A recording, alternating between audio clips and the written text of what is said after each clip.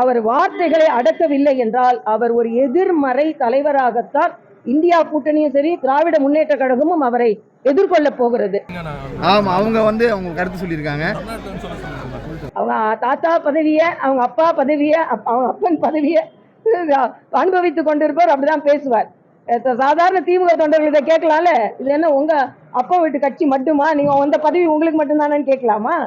அதே மாதிரி இதை நாமளே கேட்கலாமே. நீங்க உரிமை தொகை, கலைஞர் உரிமை தொகைன்னு பெயர் வைக்கிறீங்க, அப்போ நீங்க உங்க வீட்டுல இருந்தா எடுத்து கொடுக்குறீங்க, நாம கேட்கலாம்ல.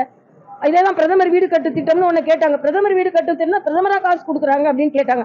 இப்ப கலைஞர் உரிமை தொகைன்னா கலைஞர் வீட்டுல எடுத்து கொடுக்குறீங்க. ஆக இதே மாதிரி வார்த்தைகளை, முதலில் உதயநிதி அவர் வார்த்தைகளை அடக்கவில்லை என்றால் அவர் ஒரு எதிர்மறை தலைவராகத்தான் இந்தியா கூட்டணியும் சரி திராவிட முன்னேற்ற கழகமும் அவரை எதிர்கொள்ள போகிறது. முதலில் சனாதனத்தை பத்தி பேசுனீங்க. சனாதனத்தை ஒழிக்கிறேன்னு சொல்லி, அதனாலதான் இன்னைக்கு கோயில்ல பிரச்சனை வருது. அங்க கோயில மதிக்க மாட்டேன்றாங்க. ஏன்னா ஒருவேளை நாம கோயில சரியா நிர்வகிக்கலாம், உதயநிதி சந்தோஷப்படுவார் போல இருக்குன்றது நடவடிக்கை சில பேர் எடுக்கிறாங்க. அதனால இத மாதிரி தவறான கருத்துக்களை, சரி கலைஞரோட பேர்னா நீங்க இப்படிதான் பேசினார் அவரு.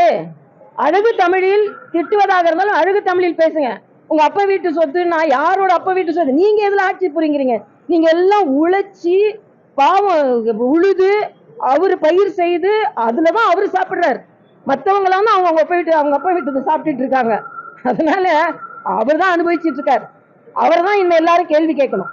முதல்ல அவங்க தொண்டர்கள் கேட்கணும், இது என்ன உங்க அப்பா வீட்டு சொத்தா, நீங்க வரணும், அவங்க தாத்தா வரணும், அப்புறம் உங்க அப்பா வரணும், அப்புறம் நீங்க வரணும்ன்றது அப்படி கேட்க ஆரம்பிக்கணும். ஒருவேளை கேட்கறதுக்கு அவரே வழி செய்யறாருன்னு நினைக்கிறேன். நன்றி. அதை கேட்டிருக்கீங்க, அதை கேட்ட விதம் சரியில்லை, நாவடக்கம் வேணும்னு இவங்க சவுந்தரராஜன், தமிழிசை சவுந்தரராஜன் சொல்லியிருக்காங்க. அதை எப்படி பாக்குறீங்க? ஆமா, அவங்க அவங்க கருத்து சொல்லியிருக்காங்க. நிறைய மக்கள் டோக்கன் ரேஷன் கார்டு இல்லாதவங்களுக்கு இந்த விண்ணப்பம் விநியோகிக்கப்படும் மக்கள் கோரிக்கை அடுத்து இந்த அறிவிப்பானது வெளியிடப்பட்டிருக்கு.